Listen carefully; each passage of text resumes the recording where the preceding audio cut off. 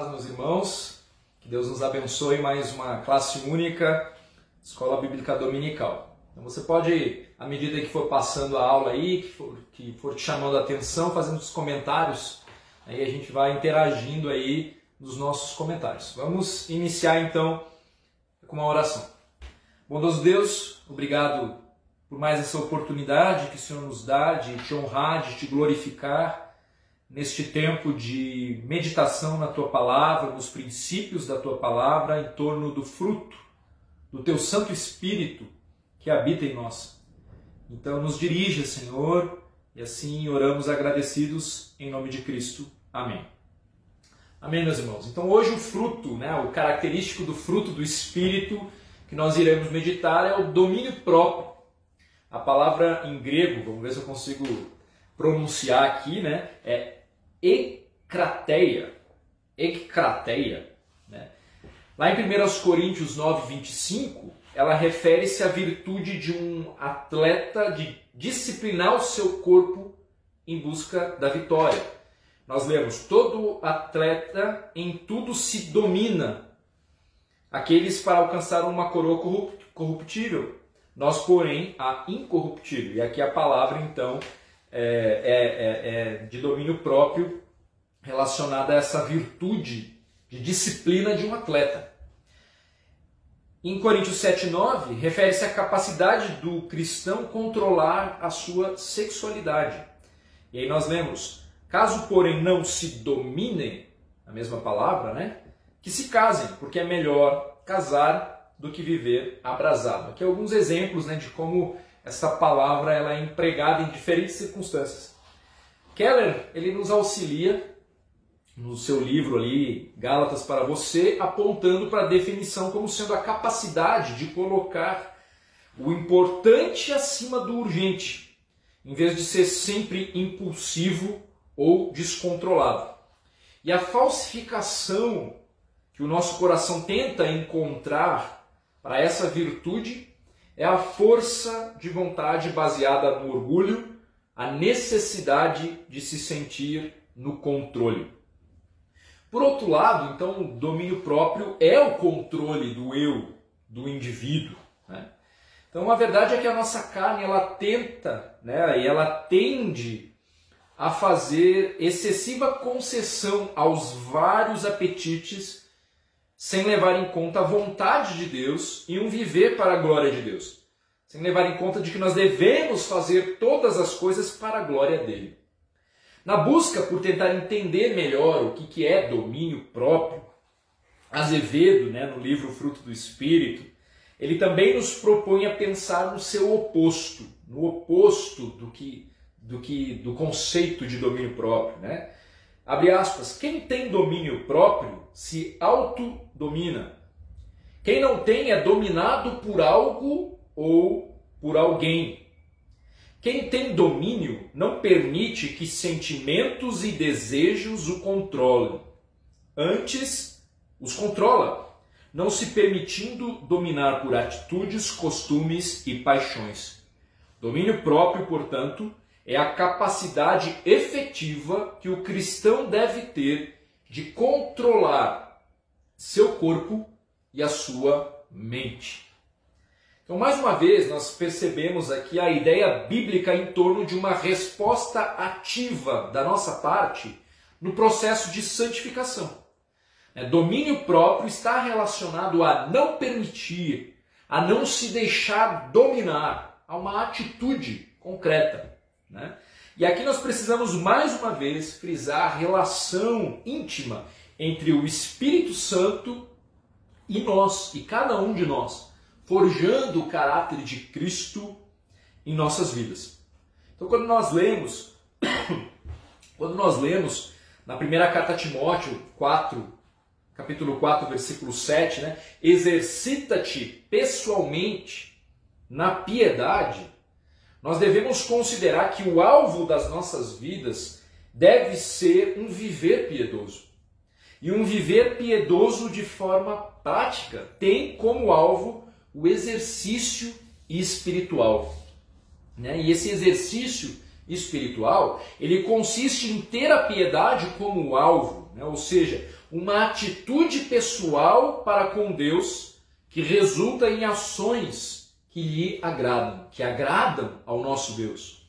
Então, domínio próprio é o alicerce da disciplina pessoal que glorifica a Deus. Tem a ver com disciplina pessoal, que glorifica ao Senhor, em total dependência dele, né? Então, nós temos que tomar cuidado, porque não se trata, né, de um viés perfeccionista em torno da disciplina pessoal, mas sim de uma disciplina que corresponde a domínio próprio, em total dependência do próprio Senhor, né, do Espírito Santo, da graça de Deus. A mudança bíblica, ela envolve uma atuação dupla. A atuação de Deus e a minha também, de cada um de nós, né? Levando em conta o fato de que o próprio Deus é quem efetua em nós tanto querer como realizar segundo a sua boa vontade. Filipenses 2,13. Então, quando nós imaginamos que domínio próprio, por ser fruto do Espírito, é uma ação que não requer de nós atitudes concretas de obediência a Deus, então nós estamos olhando para o processo de santificação de uma maneira mística, que não condiz com o caminho de mudança proposto para nós em Cristo Jesus. Pois o Senhor Jesus mesmo disse, né? Se alguém quiser acompanhar-me, negue-se a si mesmo, tome diariamente a sua cruz e siga-me. Lucas 9:23. Briggs, né, no seu livro Exercita-te na Piedade, ele afirma: o domínio próprio é um traço essencial de caráter da pessoa piedosa que a capacita a obedecer às palavras do Senhor Jesus. O piedoso, ele leva uma vida que reflete o próprio Deus.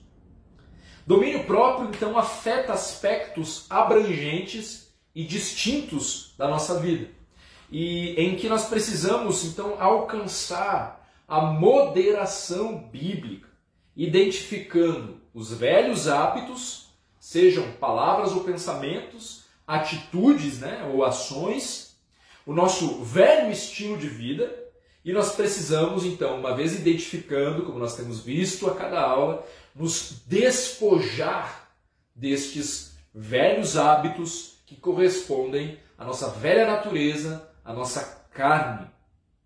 O domínio próprio, a disciplina pessoal que glorifica a Deus, também consiste no revestir-se do novo caminho proposto por Deus em sua palavra, dos novos hábitos ordenados pelo Espírito na palavra de Deus. Esse movimento, então, de despojar e de revestir, ele deve ser realizado com a motivação correta, né? E qual que é essa motivação? A de dar glória a Deus. Então, também nós devemos ter em mente, né, de que é possível viver o que o Senhor nos pede. É possível colocar em prática, com a motivação correta, aquilo que o Senhor nos pede. É possível mortificar a nossa carne com os recursos divinos que o Senhor já nos tem dado.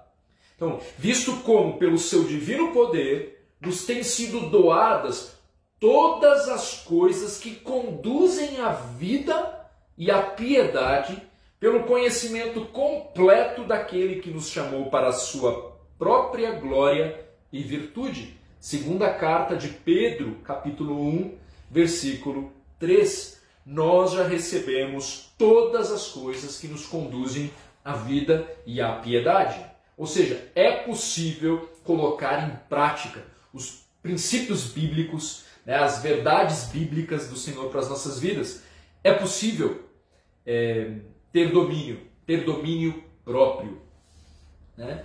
Uma vida de controle e abandonar uma vida descontrolada nas diferentes áreas das nossas vidas. Assim, então, ao identificar as áreas da sua vida em que você precisa de domínio próprio, então apegue-se a essa verdade bíblica aqui de 2 Pedro, capítulo 1, versículo 3. Comece a disciplinar-se em sua vida. lembrando que todos os recursos de Deus estão à sua disposição. Porque se viverdes segundo a carne, caminhais para a morte.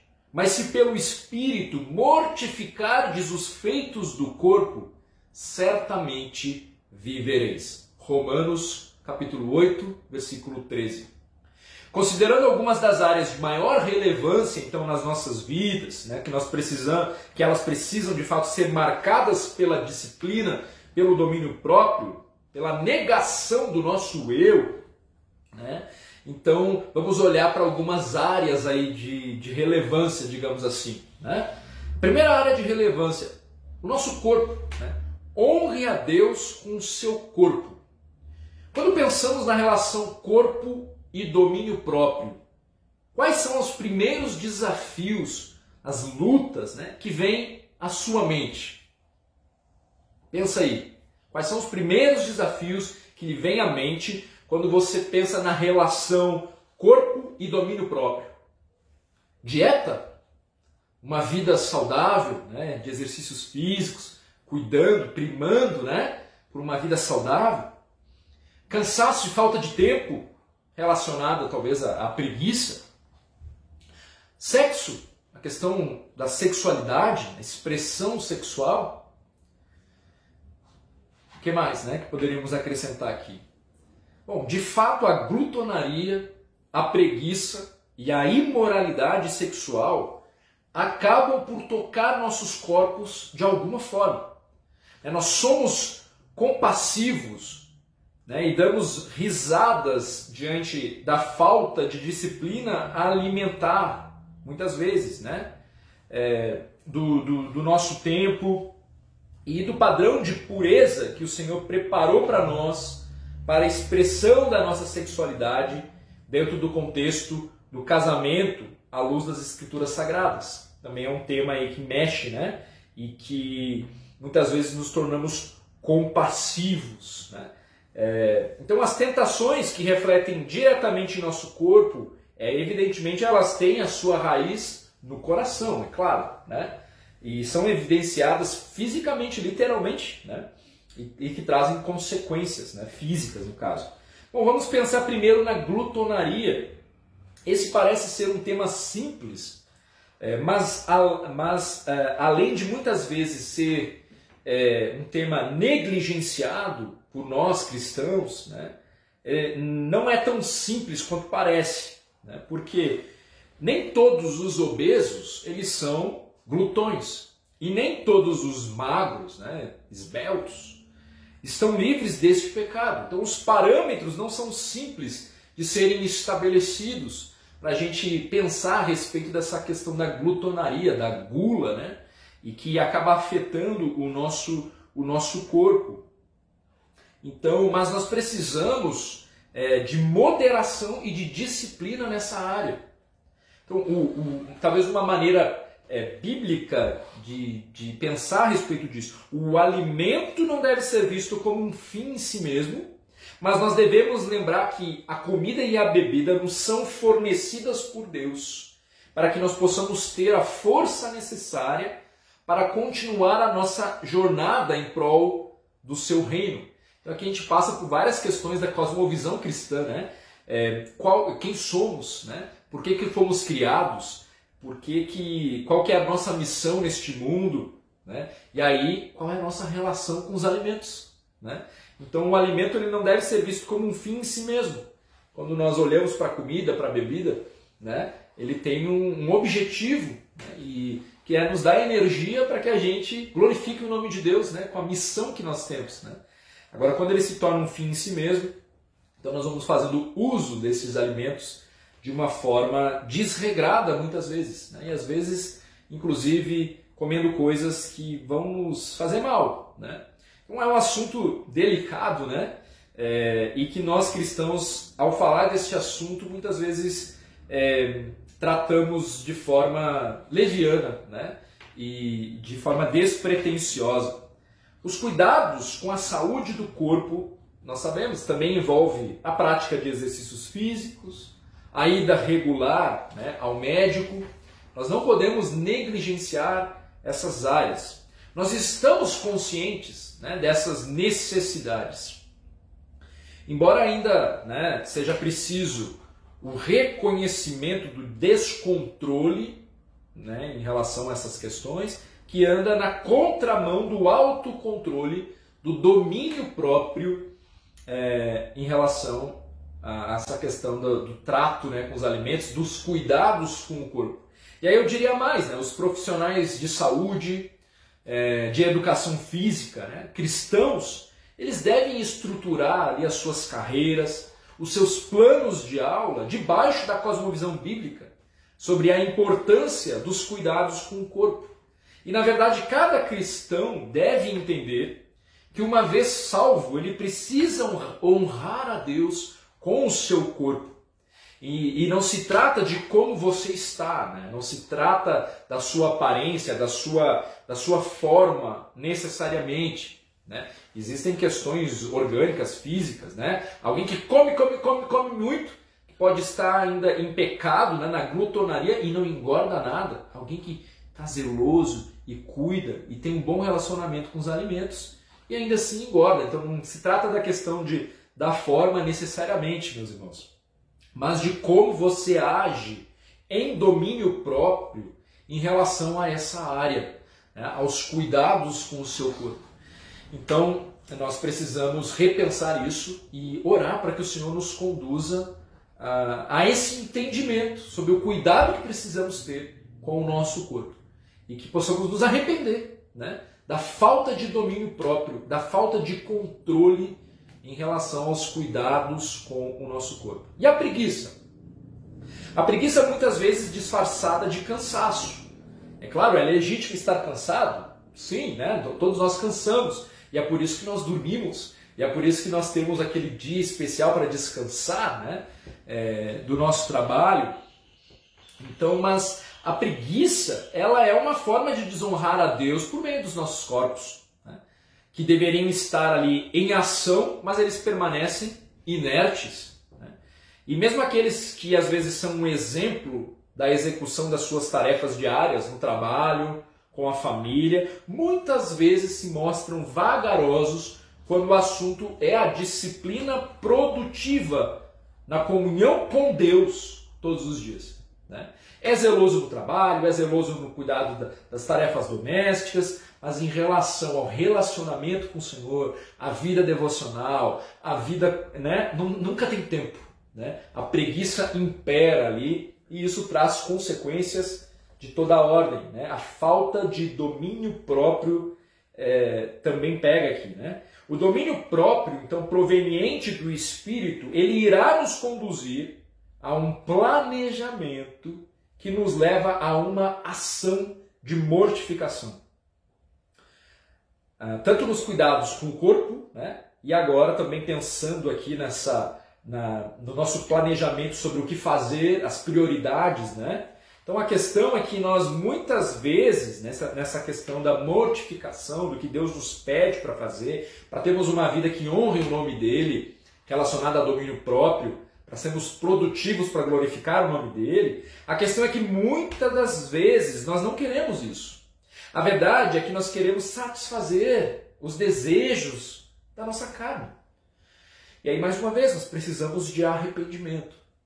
E de forma prática, domínio próprio, disciplina, né? Pensando em honrar a Deus com o nosso corpo, talvez envolva uma agenda organizada, coordenada, né?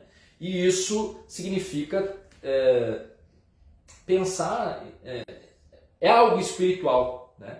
Isso é algo espiritual. Mas mais uma vez, né, comecei a ler um livro que se chama Perfeccionismo, né? Estou ainda no início, mas já estou sendo confrontado grandemente com esse livro, que a gente tem que tomar o cuidado para não achar que o nosso muito fazer, né, vai nos levar à satisfação que só Cristo pode nos dar na nossa vida, né? A gente tem que tomar este cuidado. Mas domínio próprio está relacionado à disciplina, à organização, né? Então você organizar o seu tempo, ter a sua agenda organizada para que ter uma dieta, né, pensada ali sobre o que você vai comer, na hora de fazer as compras. Tudo isso é você colocar em prática a questão de domínio próprio, pensando no cuidado com o seu corpo, né?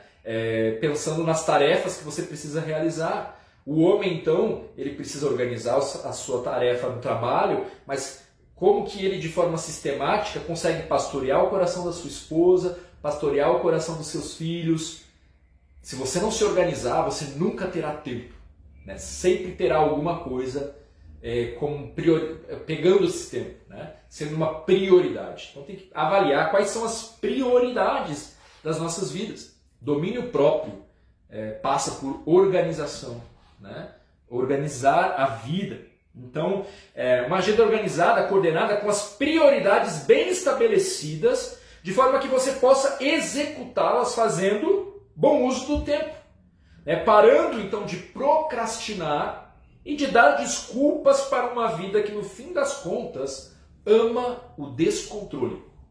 Vive dando desculpas, mas no fim das contas, o que é mais fácil, meus irmãos? Você realmente investir tempo no pastoreio do coração dos teus filhos, da tua esposa, que vai ter que ser feito quando? Depois do teu dia de trabalho, que tu já está cansado. O que é mais fácil? É você fazer isso ou você chegar em casa, ligar a televisão e dar vazão ao teu cansaço vendo o teu futebolzinho ali?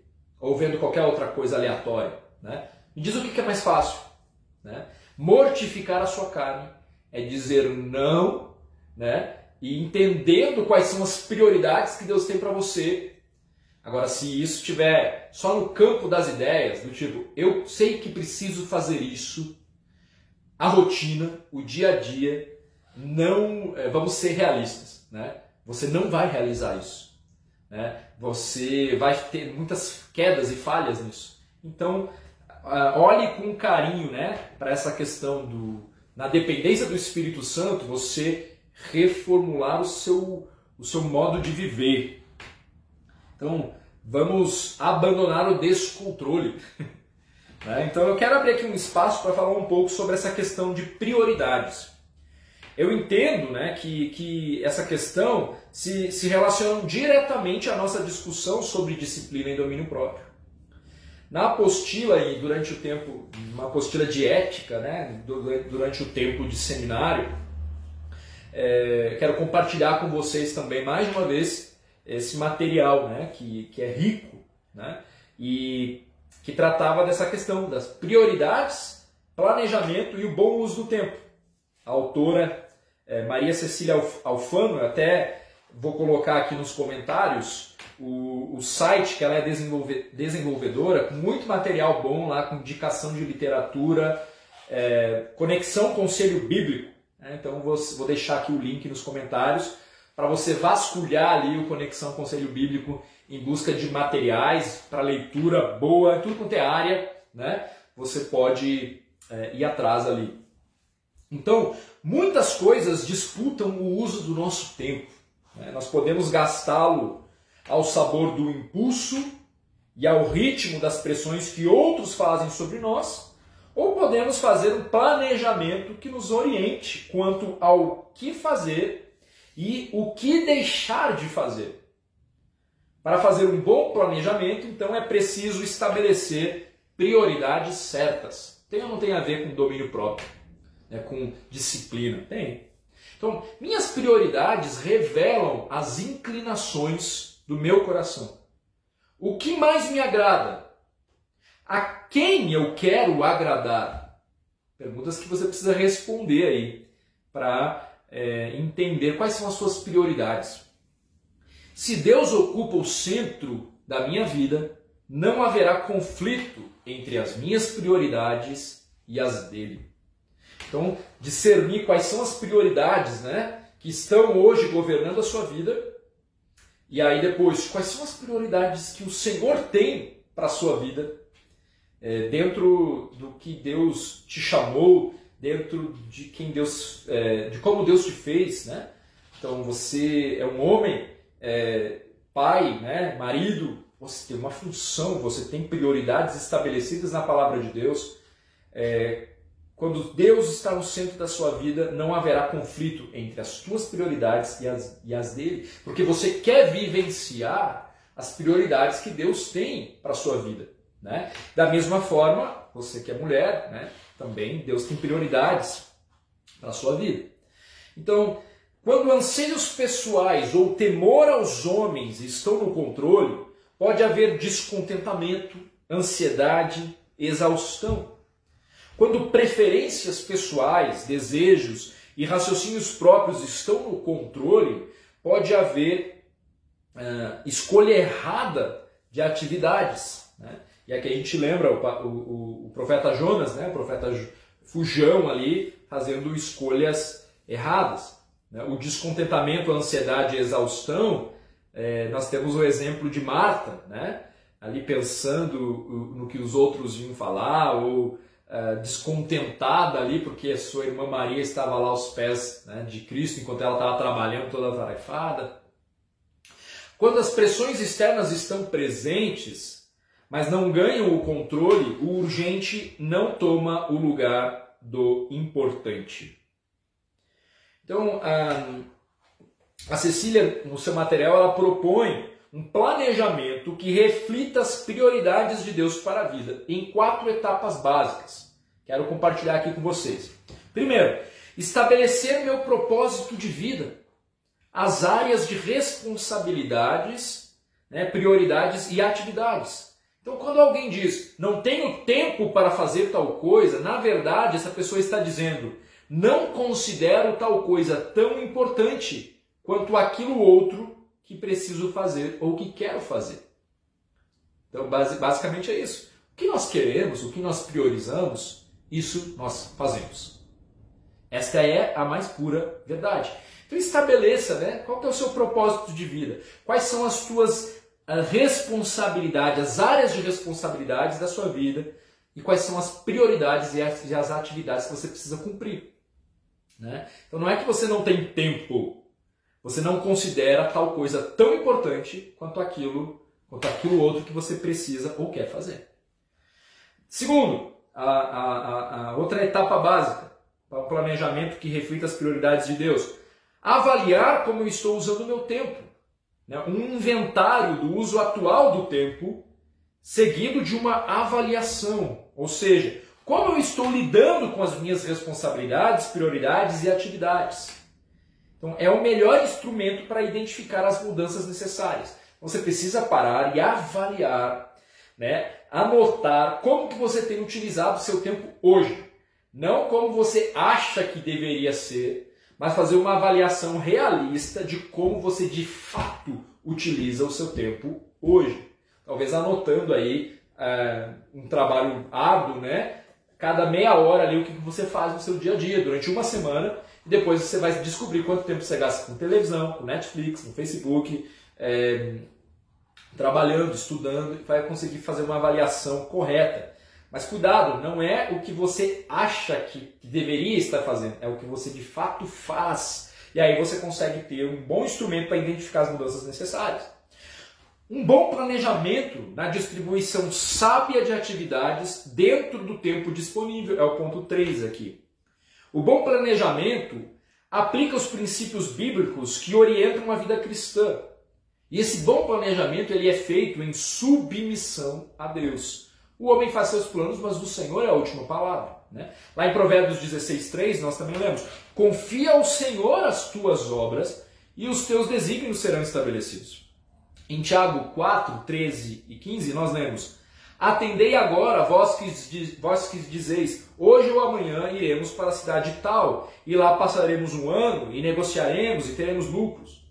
Vós não sabeis o que sucederá amanhã, que é a vossa vida. Sois apenas como neblina que aparece por um instante e logo se dissipa. Em vez disso, deveis dizer, se o Senhor quiser, não só viveremos, como também faremos isto ou aquilo. Sim, ter um bom planejamento, mas esse planejamento é em submissão ao querer de Deus. O Senhor governa as nossas vidas. Ele tem o controle, Ele é soberano. Mas isso não nos impede de planejar. Um bom planejamento da nossa vida nos conduz a ter uma vida disciplinada, a entender, a nos aproximarmos, né, a frutificarmos em torno do domínio próprio. Praticar o plano, né? Então, e antes ainda, dentro desse bom planejamento, as prioridades devem constar em primeiro lugar. Né? As prioridades em primeiro lugar. Depois você vai colocando as questões extras, né? Ok, e a quarta passo básico aqui, praticar o plano. Um planejamento, por melhor que seja, não surtirá efeito se não for posto em prática. É preciso ter liberdade para agir com imprevistos, mas é preciso antes ter regularidade e ordem.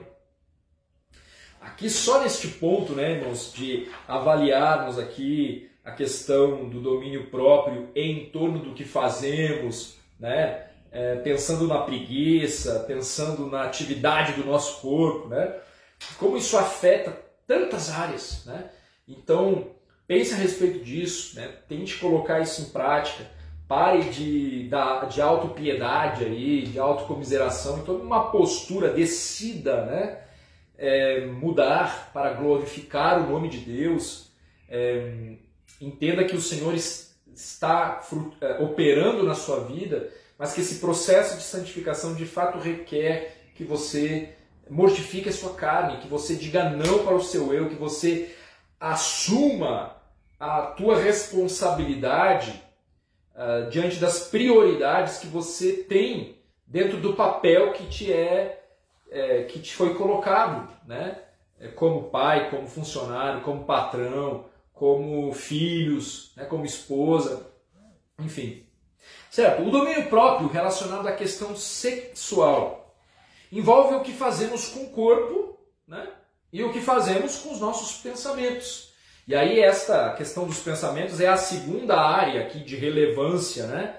Pensando em domínio próprio. Levar todo o pensamento cativo. Eu devo honrar a Deus com o meu corpo e devo levar todo o pensamento cativo. Isso tem a ver com o domínio próprio. E se tratando de questão sexual, o padrão divino ele é direto. Abster-se de toda a imoralidade sexual. Lá em 1 Tessalonicenses 4, 3 a 8, nós lemos: a vontade de Deus é que vocês sejam santificados. Abstenham-se da imoralidade sexual.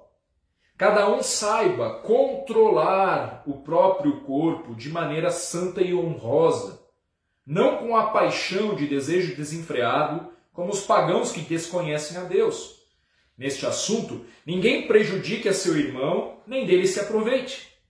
O Senhor castigará todas essas práticas, como já lhes dissemos e asseguramos. Porque Deus não nos chamou para a impureza, mas para a santidade. Porque aquele que rejeita estas coisas não está rejeitando o homem, mas a Deus, que lhes dá o seu Espírito Santo. Então não pode haver dúvidas em relação ao padrão estabelecido por Deus em sua palavra. A prática sexual está reservada para os que estão casados, homem e mulher, comprometidos por uma aliança diante de Deus. E por sua vez, o leito conjugal ele deve ser conservado puro. Ele deve ser conservado puro. Os pensamentos impuros, olhares lascivos e conversas de duplo sentido não podem fazer parte das rodinhas, né, de conversa dos filhos de Deus. Sejam eles casados ou não, tendo a idade que for. A maioridade, o casamento, não são licenças para a exposição ao que é imoral, ao que é impuro, ao que é sensual, ao que é provocante. E aqui é preciso falar com todas as letras. O seu corpo, né, homens e mulheres, não deve ser objeto de cobiça para as pessoas que lhe cercam. Então entenda isso agora, né? A intenção do seu coração ao postar fotos sensuais no Instagram não condiz com o padrão do Senhor de santidade e de pureza. Não condiz. Ponto final. E não adianta colocar versículo na legenda.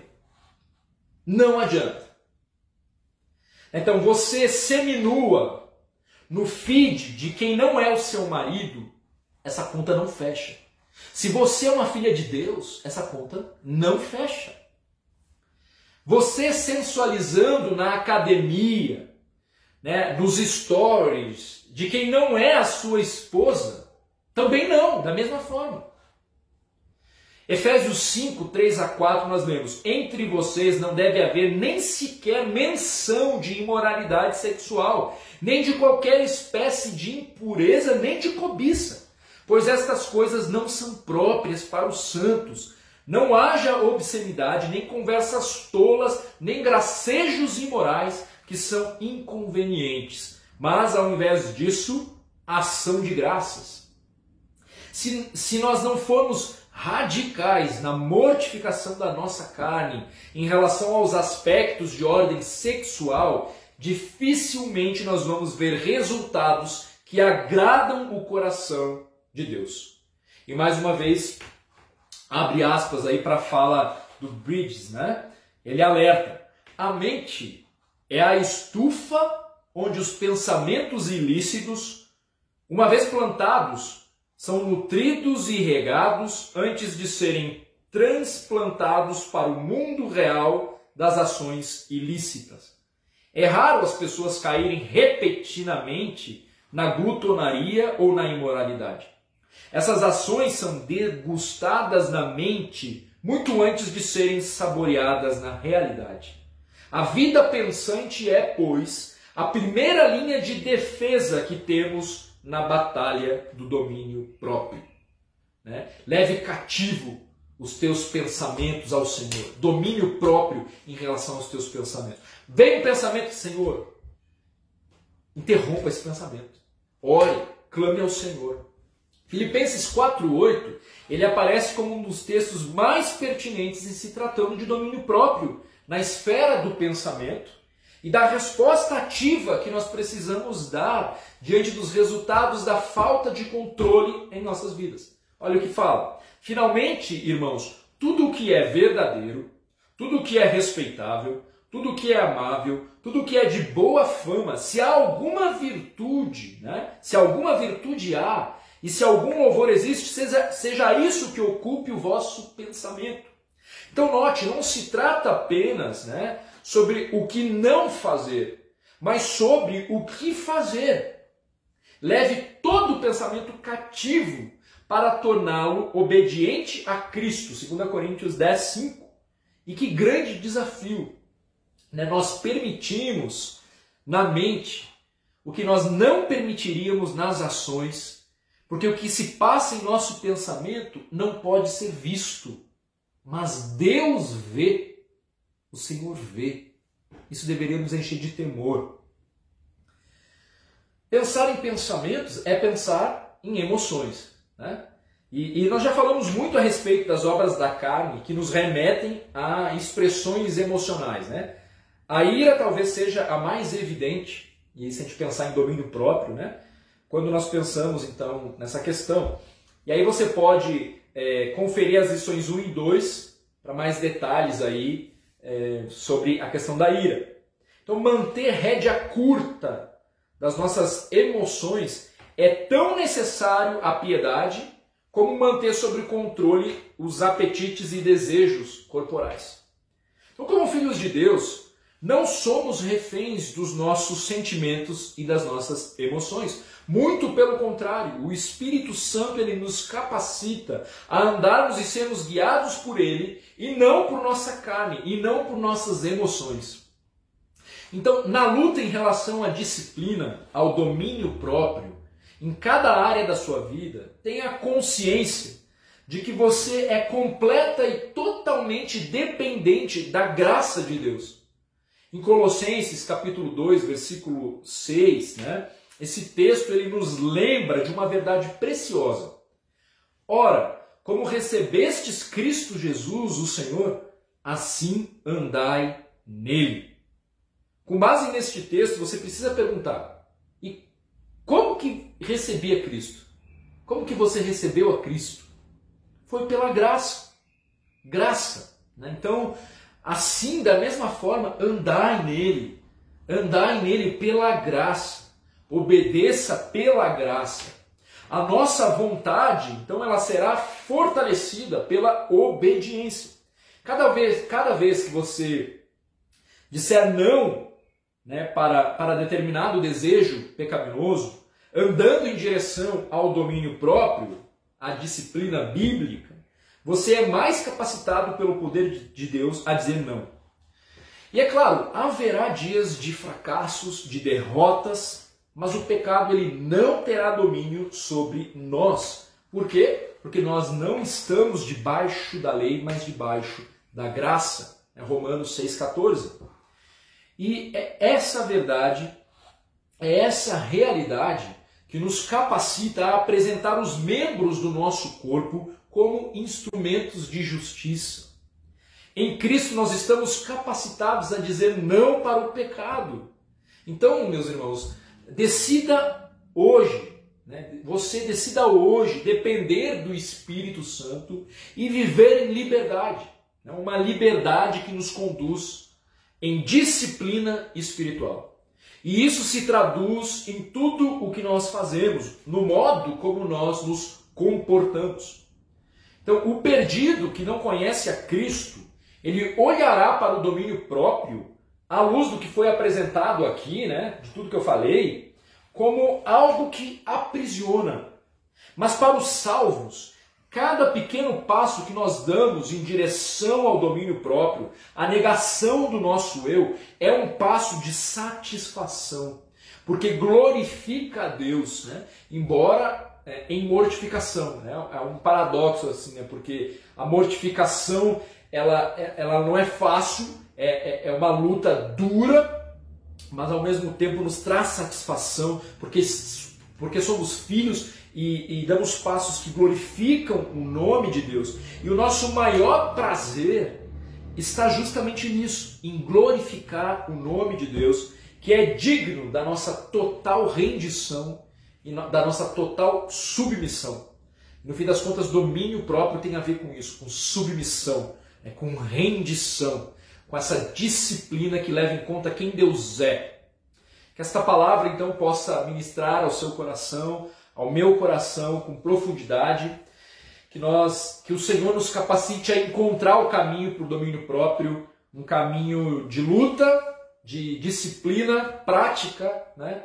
Mas é uma prática banhada pela graça. Assim como recebemos essa graça, recebemos a salvação pela graça, vamos andar pela graça. Né? É um andar pela graça, mas que nos convoca a uma disciplina, a obediência na palavra do Senhor. Que Deus nos abençoe. Quero ter mais uma palavra de oração. Bondoso Deus, tem misericórdia de nós, nos instrua a te obedecer, a entender a importância da tua palavra, a importância de termos uma vida orientada por ti, em obediência à tua santa palavra.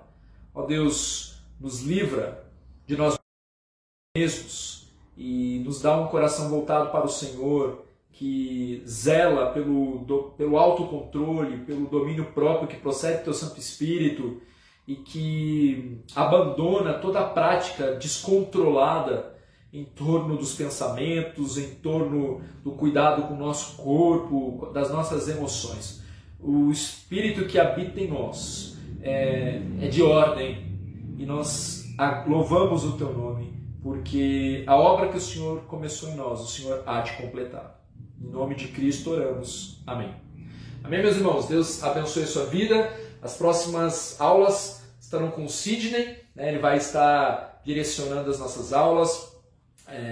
Ainda temos amor, paz, alegria, não necessariamente nessa mesma ordem, mas que bênção que podemos então contar com o Sidney para nos guiar aí nas aulas, né? Que com toda certeza será uma bênção. Então fique em oração, continue acompanhando a nossa Escola Bíblica Dominical Classe Única, tá bom? Deus abençoe e até logo mais.